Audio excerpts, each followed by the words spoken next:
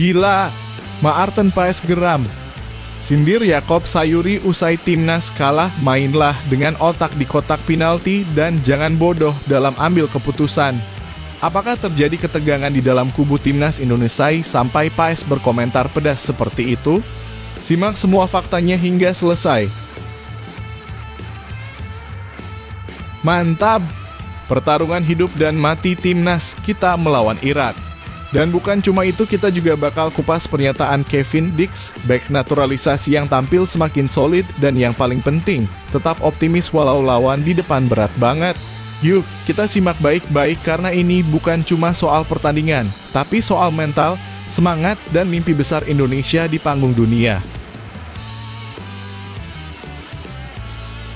Penyerang utama Irak Ayman Hussein dipastikan absen dalam laga melawan Indonesia di ronde keempat kualifikasi Piala Dunia 2026 zona Asia. Tapi tunggu dulu, jangan buru-buru lega, karena ternyata absennya Ayman Hussein belum tentu jadi kabar baik. Kenapa? Karena Irak punya pengganti yang gak kalah mengerikan, bahkan mungkin lebih berbahaya di udara. Simak sampai selesai. Serta beberapa berita timnas Indonesia hari ini. Selengkapnya hanya di Zona Timnas Indonesia.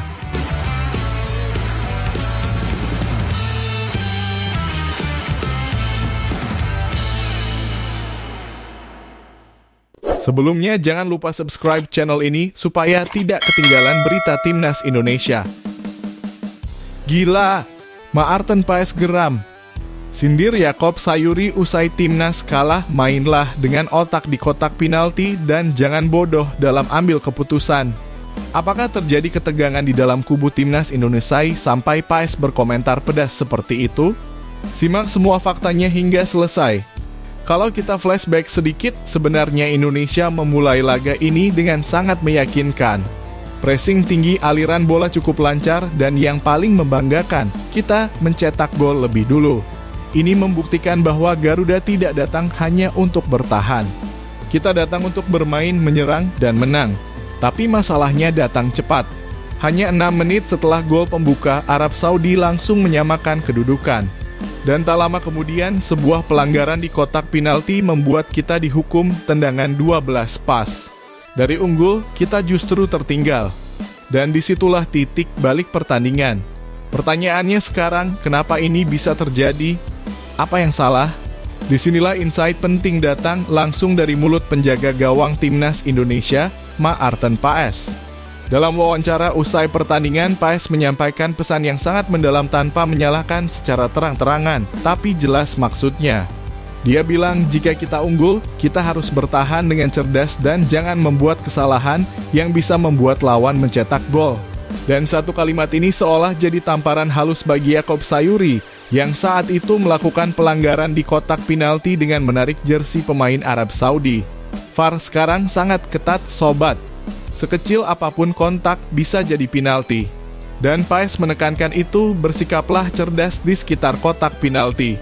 Kalimat ini mungkin terdengar sederhana, tapi maknanya dalam. Ini bukan soal menyalahkan, tapi soal kedewasaan dalam bermain. Yakob Sayuri adalah pemain yang selama ini dikenal punya determinasi tinggi. Dia pekerja keras, cepat, dan punya visi bermain yang cukup baik. Tapi sepak bola itu bukan cuma soal tenaga, bukan cuma soal kecepatan. Di level internasional, hal kecil bisa jadi bencana. Dan sepertinya Maarten Paes ingin mengingatkan itu. Jangan bodoh saat berada di kotak penalti. Jangan membuat keputusan gegabah. Karena satu tarikan jersey saja bisa mengubah jalannya pertandingan. Apakah ini bentuk sindiran? Mungkin. Tapi lebih tepatnya ini adalah peringatan yang membangun. Karena Paes tahu satu-satunya cara untuk maju adalah dengan belajar dari kesalahan. Tapi di balik semua kesalahan itu, ada satu hal yang tetap bisa kita banggakan, mentalitas. Meski tertinggal 1-3, Indonesia tidak menyerah. Justru dalam 10 menit terakhir, pasca Arab Saudi dapat kartu merah dan kita unggul jumlah pemain, Garuda bangkit. Menekan tanpa henti, mengejar ketertinggalan, dan akhirnya mencetak gol kedua. Maarten Paes pun mengakui hal ini. Saya yakin mentalitas untuk bangkit itu luar biasa. Dia bahkan bilang, jika fans berada di belakang kita, semua orang akan takut. Ini menunjukkan betapa besar pengaruh dukungan dan semangat kolektif dalam sebuah pertandingan. Kekalahan dari Arab Saudi sudah lewat. Sekarang waktunya fokus ke pertandingan berikutnya. Dan lawan kita selanjutnya bukan sembarang lawan. Irak, di Stadion King Abdullah Sport City, Jeddah. Ini bukan laga biasa. Ini adalah partai hidup mati bagi Indonesia. Jika ingin menjaga peluang ke Piala Dunia 2026, maka kemenangan atas Irak adalah harga mati. Maarten Paes sadar betul akan hal ini. Dalam konferensi pers, dia bilang kami harus langsung mengalihkan fokus. Pelajari laga sebelumnya, ambil pelajarannya, dan lakukan penyesuaian. Ini adalah bentuk profesionalisme. Tim ini tidak boleh terlarut dalam kesedihan, tapi juga tidak boleh lupa memperbaiki kesalahan. Jadi, apa saja yang harus diperbaiki untuk laga melawan Irak? Pertama, koordinasi di lini belakang. Komunikasi harus lebih baik, terutama saat menjaga keunggulan. Jangan panik. Kedua, disiplin di area berbahaya. Jangan melakukan pelanggaran bodoh yang berbuah penalti. Yakob Sayuri bisa belajar banyak dari momen kemarin. Ketiga, pemanfaatan peluang. Kita sudah buktikan bisa mencetak gol ke gawang Arab Saudi. Artinya finishing kita sudah cukup baik, tapi masih perlu lebih klinis. Dan terakhir, semangat juang harus tetap menyala sejak menit pertama. Bukan cuma di 10 menit akhir. Timnas Indonesia sedang berada di jalur yang menantang. Tapi ini adalah bagian dari proses menjadi besar. Kita akan menemui kekalahan, tapi selama kita belajar dan bangkit, maka kita tidak akan pernah benar-benar kalah. Maarten Paes sudah kasih contoh bagaimana seharusnya pemain bersikap setelah kekalahan, refleksi, evaluasi, dan kembali berjuang. Dan untuk kita, para fans, saatnya kita tunjukkan dukungan kita. Karena seperti kata Paes, fans adalah pemain ke-12. Dan saat pemain ke-12 hadir, stadion bisa berubah jadi neraka bagi lawan. Jangan lupa like, komen pendapat kamu soal kekalahan kemarin, dan subscribe kalau kamu ingin terus update seputar sepak bola Indonesia.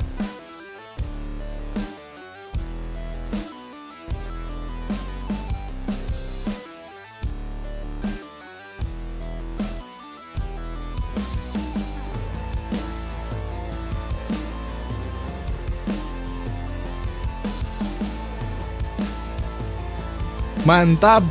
Pertarungan hidup dan mati timnas kita melawan Irak.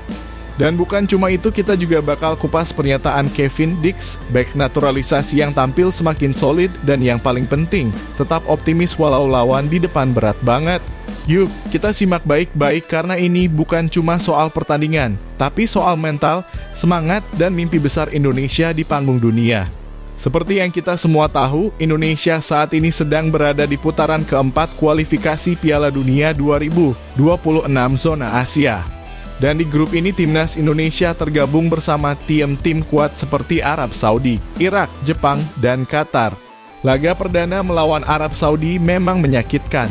Kita sudah unggul lebih dulu, tapi akhirnya harus mengakui keunggulan tuan rumah dengan skor 2-3. Tapi seperti kata Kevin Dix, kita gak boleh larut dalam kekecewaan.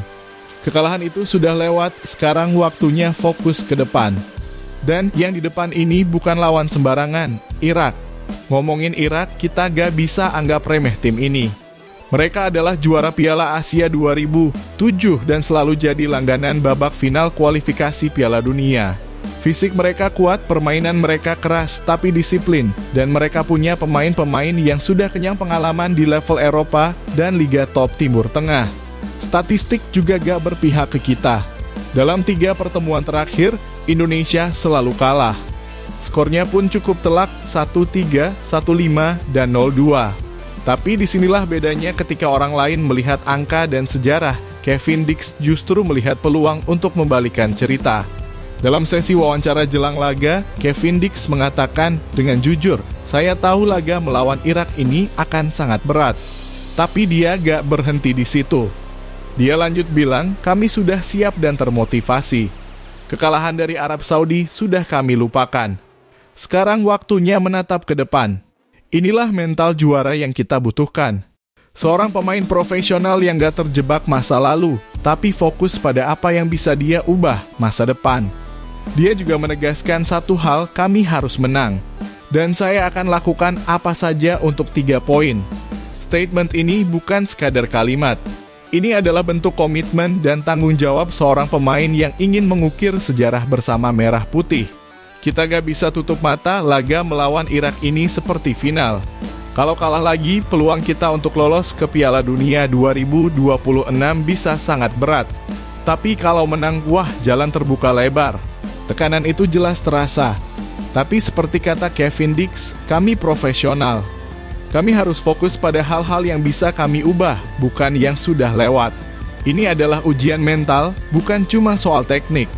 Kita butuh pemain yang bisa tetap tenang di tengah badai, dan Kevin Dix adalah salah satunya. Dia pernah bermain di Belanda, Italia, dan sekarang di Borussia Mönchengladbach di Jerman. Dia tahu apa itu tekanan dan dia datang bukan untuk sekadar jalan-jalan, tapi untuk bertarung membawa Indonesia terbang lebih tinggi. Meski Irak berat, Indonesia bukan tanpa harapan. Kenapa? Pertama, secara mental, pemain kita sekarang punya fighting spirit luar biasa. Terlihat jelas saat kita lawan Arab Saudi. Meski tertinggal, kita terus menyerang dan gak menyerah sampai menit terakhir. Kedua, chemistry antar pemain makin padu.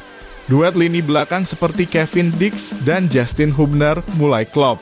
Lini tengah mulai stabil. Dan lini depan, Rafael Struijk dan Marcelino makin tajam. Ketiga, semangat juang. Di laga seperti ini, emosi dan motivasi bisa jadi pembeda. Kalau pemain kita bermain dengan hati, peluang itu pasti ada. Untuk mengalahkan Irak, ada beberapa hal yang harus dilakukan timnas Indonesia, disiplin di lini belakang. Jangan kehilangan konsentrasi seperti saat lawan Arab Saudi. Minimalkan kesalahan sendiri. Jangan kasih peluang bola mati atau penalti karena blunder. Perkuat mental. Jangan takut nama besar lawan. Hormati, tapi jangan gentar.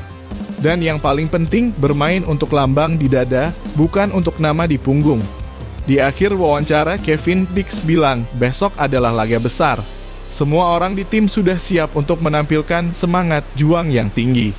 Itulah kunci dari segalanya. Kemenangan bukan selalu milik yang paling kuat, tapi milik mereka yang paling percaya, fokus, dan berani melangkah.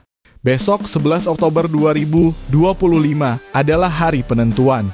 Timnas Indonesia akan melawan Irak bukan cuma demi 3 poin, tapi demi mimpi seluruh bangsa untuk tampil di panggung Piala Dunia.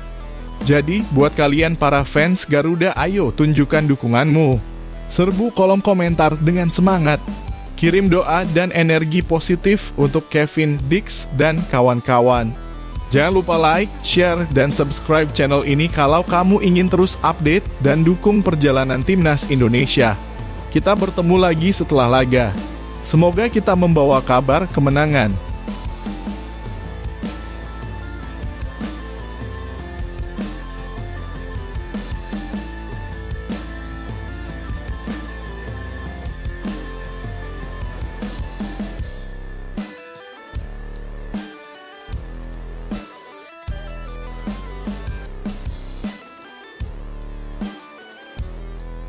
Penyerang utama Irak Ayman Hussein dipastikan absen dalam laga melawan Indonesia di ronde keempat kualifikasi Piala Dunia 2026 zona Asia. Tapi tunggu dulu, jangan buru-buru lega, karena ternyata absennya Ayman Hussein belum tentu jadi kabar baik. Kenapa? Karena Irak punya pengganti yang gak kalah mengerikan, bahkan mungkin lebih berbahaya di udara. Simak sampai selesai.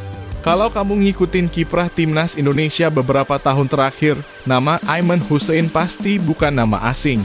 Pemain berusia 29 tahun ini adalah striker andalan Irak yang selama 2 pertemuan terakhir sukses mengacak-acak lini belakang Indonesia. Total dia cetak 3 gol hanya dalam 2 laga melawan kita. Salah satu ciri khasnya, kuat dalam duel 1 lawan 1, tajam di dalam kotak penalti, dan punya heading mematikan. Jadi ketika media lokal Irak Al-Mustaqila mengonfirmasi bahwa Ayman absen karena cedera, wajar kalau banyak fans Indonesia sedikit bernapas lega. Tapi apakah ini artinya pertahanan Indonesia bisa santai? Media Al-Mustaqila menyebutkan Ayman mengalami cedera saat bermain untuk klubnya Al-Karma di Liga Irak. Dia sudah tidak ikut latihan reguler bersama tim nasional, hanya menjalani sesi latihan individu. Dan keputusan akhir dari tim pelatih Irak, tidak mengambil risiko, Ayman dicoret dari 2 laga termasuk lawan Indonesia. Buat kita, ini tentu bisa dianggap sebagai peluang. Tapi peluang yang harus disikapi dengan hati-hati. Kenapa? Karena absennya satu pemain belum tentu melemahkan tim kuat seperti Irak. Mereka bukan hanya bertumpu pada satu orang. Pelatih Irak Graham Arnold sudah menyiapkan opsi lain.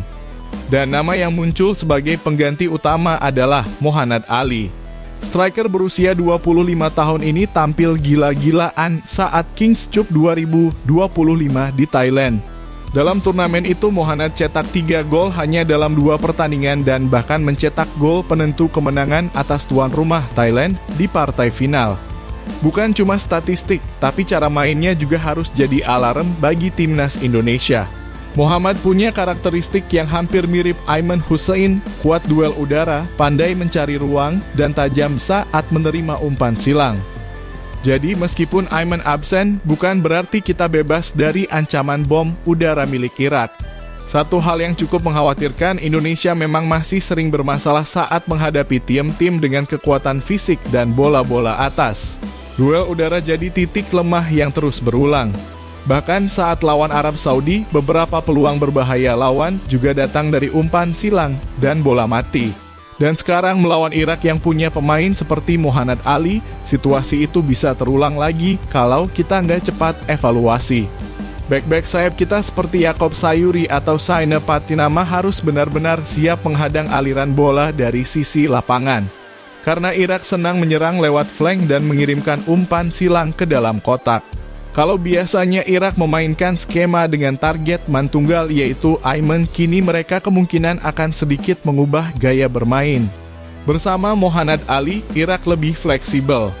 Mereka bisa bermain lebih cepat, memanfaatkan ruang, dan lebih berani melakukan kombinasi pendek sebelum melepaskan umpan silang. Ini artinya Indonesia bukan cuma harus kuat di belakang, tapi juga harus lebih kompak dan disiplin dalam transisi bertahan. Bisa dibilang, tantangan kita bukan hanya menjaga satu pemain, tapi mengunci seluruh cara Irak menciptakan peluang. Pertanyaannya sekarang, apa yang harus dilakukan oleh timnas Indonesia? Lini belakang harus disiplin penuh, terutama duet back tengah seperti Jay Itzes dan Justin Hubner. Jangan beri ruang kosong bagi Muhammad Ali untuk menyelinap. Back sayap harus ekstra fokus. Pemain seperti Saina harus meminimalkan crossing dari sisi sayap Irak. Lini tengah harus agresif menutup pergerakan awal. Jangan biarkan Irak mengalirkan bola terlalu nyaman. Jangan kehilangan bola di area tengah. Karena jika Irak mencuri bola dan langsung mengirim ke sisi sayap, itu bisa jadi malapetaka. Meski Irak tetap kuat, Indonesia juga punya senjata andalan. Kecepatan, kreativitas, dan semangat juang tinggi. Kalau pemain bisa tampil optimal, serangan balik cepat Indonesia bisa jadi senjata mematikan. Kita juga sudah belajar banyak dari laga lawan Arab Saudi. Sekarang saatnya buktikan bahwa kita bisa adaptif, berani, dan fokus dari menit pertama sampai akhir. Jadi, absennya Ayman Hussein memang terdengar seperti kabar baik. Tapi jangan terlena, karena Irak masih punya bom lain yang siap meledak di udara bernama Muhammad Ali. Laga ini akan jadi ujian berat, tapi juga jadi kesempatan besar untuk menulis sejarah baru. Yuk kita dukung habis-habisan timnas Indonesia. Isi kolom komentar dengan semangat kalian dan jangan lupa like, subscribe, dan aktifkan notifikasi biar nggak ketinggalan update terbaru dari channel ini.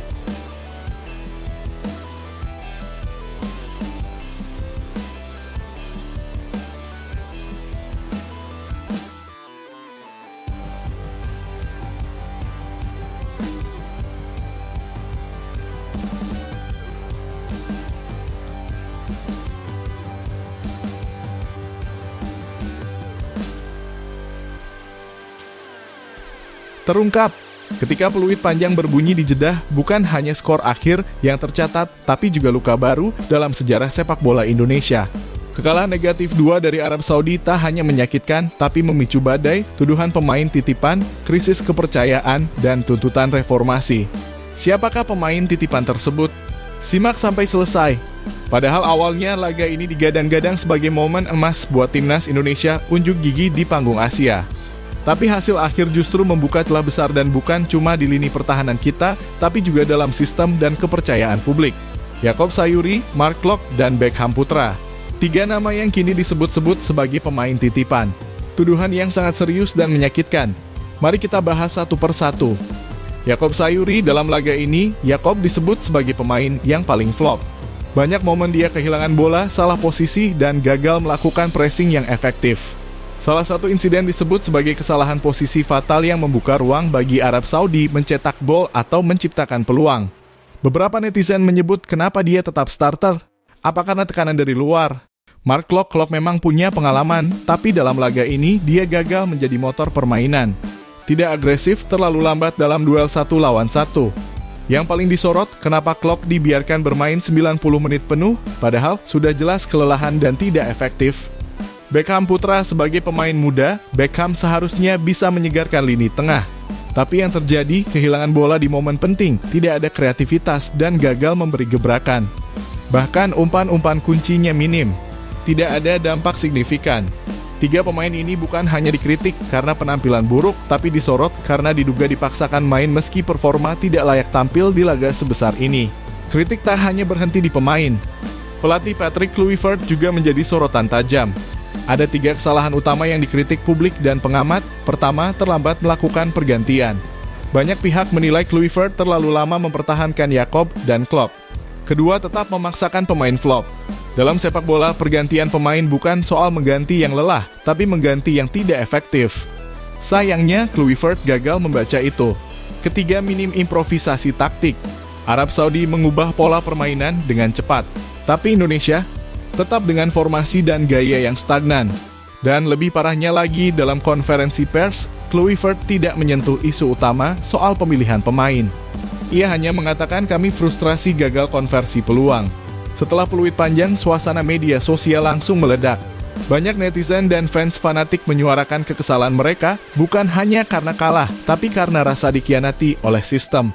Komentar yang ramai muncul, kenapa pemain yang tidak pantas malah starter? Pemain bagus malah cadangan. Ada apa dengan sistem seleksi kita? Kalau benar ini pemain titipan, maka kita tidak akan pernah maju.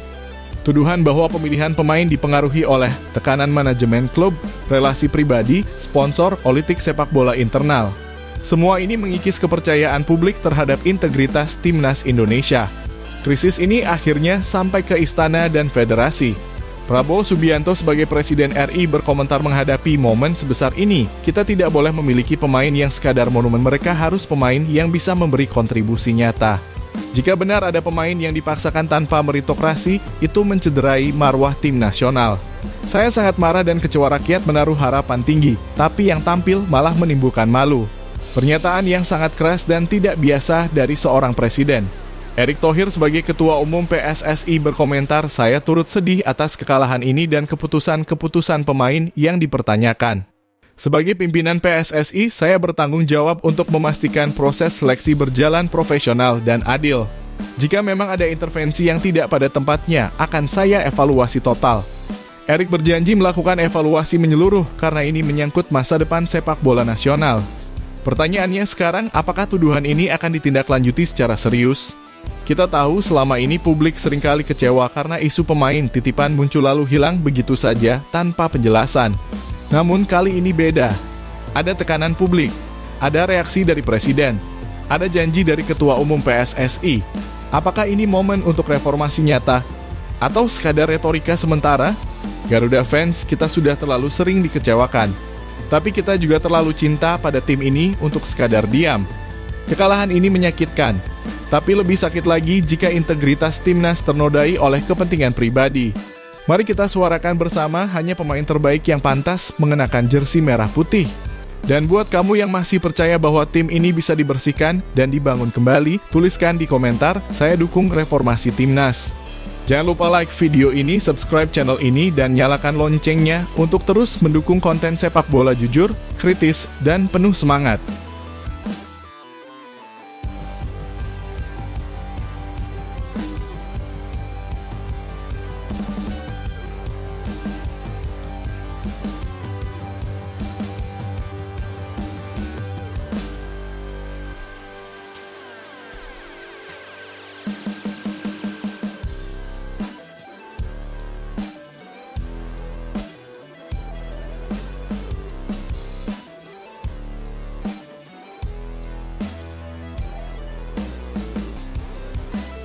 Pesan dari seorang pemain yang mungkin jarang bicara banyak di depan kamera, tapi sekali ia bersuara, rasanya sampai ke lubuk hati kita.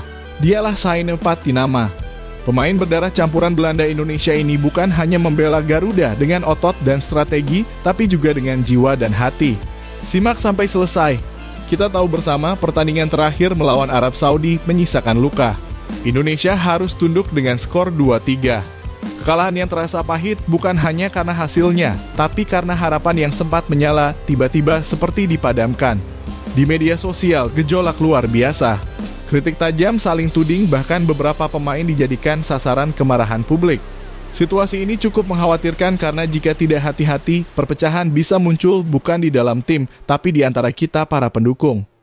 Nah, di tengah situasi inilah Saine Patinama muncul dengan pesannya yang menyentuh. Ia bilang, kami memang kecewa, kami terluka. Tapi kami belum selesai. Kami punya segalanya untuk bertarung sekali lagi. Saine tidak bicara tentang statistik. Tidak bicara soal siapa yang salah atau benar. Yang ia tekankan adalah satu hal, mari kita tata pertandingan ke depan ini dengan positif. Kita dukung satu sama lain. Fans semuanya, ayo kita menangkan pertandingan nanti. Kata-kata itu mungkin terdengar sederhana. Tapi saat keluar dari seorang pemain yang mewakili warna merah putih itu jadi sebuah seruan perlawanan. Seruan penyatuan. Dan yang bikin merinding, Saine juga bilang, terima kasih atas semua dukungan kalian. Sungguh luar biasa. Kalian selalu ada dimanapun kami berada. Kalian tahu kan di sepak bola, kita sering lupa satu hal penting. Bahwa pemain adalah manusia. Mereka punya perasaan. Mereka bisa down. Mereka juga bisa bangkit dan kunci dari kebangkitan itu adalah kita. Dukungan kalian kita semua adalah bahan bakar utama di tengah tekanan luar biasa. Dari tribun, dari rumah, dari layar handphone, energi itu sampai ke ruang ganti. Saine sadar betul akan itu. Ia tahu tanpa semangat dari tribun tidak ada atmosfer. Dan itu sebabnya ia bilang jangan saling menyalahkan. Tujuan kita satu, mimpi kita satu. Tinggal bagaimana kita berjalan ke arah yang sama. Saine tidak datang untuk memberi janji palsu. Ia datang membawa semangat baru, menyiram bara kecil yang hampir padam. Jangan berpikir negatif. Masih ada satu pertandingan yang sangat penting. Kami akan bertarung buat kalian semua. Kami berjanji. Bayangkan seorang pemain yang jauh dari tanah kelahirannya datang ke negeri ini, memilih membela merah putih, dan sekarang dia malah mengajak kita untuk tidak menyerah. Ini bukan tentang menang atau kalah semata. Ini tentang mentalitas bangsa. Ini tentang bagaimana kita tetap berdiri meski sempat dijatuhkan. Sekarang, mari kita lihat sedikit ke depan. Lawan yang akan kita hadapi adalah Irak. Bukan lawan sembarangan. Mereka tim kuat. Organisasi rapi. Beberapa pemainnya bahkan main di Liga Top Timur Tengah dan Eropa. Tapi bukankah kita juga punya kekuatan? Timnas kita bukan lagi tim yang mudah dikalahkan. Kita pernah menggigit, kita pernah mengejutkan, dan kita bisa melakukannya lagi. Asal satu syarat, kita solid. Kita satu suara. Kita satu tekad. Jadi buat kamu yang nonton video ini, Saine sudah bicara. Sekarang tinggal kita, masihkah kita mau berdiri di belakang tim ini? Masihkah kita percaya pada mimpi bersama? Kalau iya, tunjukkan. Dukung tim ini, doakan mereka, ramaikan stadion, isi media sosial dengan semangat, bukan cacian. Seperti kata Saine, kami butuh dukungan kuat kalian. Kita akan wujudkan itu semua. Terima kasih banyak. Kalau kamu percaya bahwa mimpi Indonesia ke Piala Dunia bukan sekadar mimpi kosong, tuliskan di kolom komentar, saya bersama Timnas Indonesia. Dan jangan lupa like video ini, subscribe untuk terus mendukung perjuangan Garuda, dan nyalakan lonceng agar kamu tidak tertinggal kabar terbaru seputar Timnas.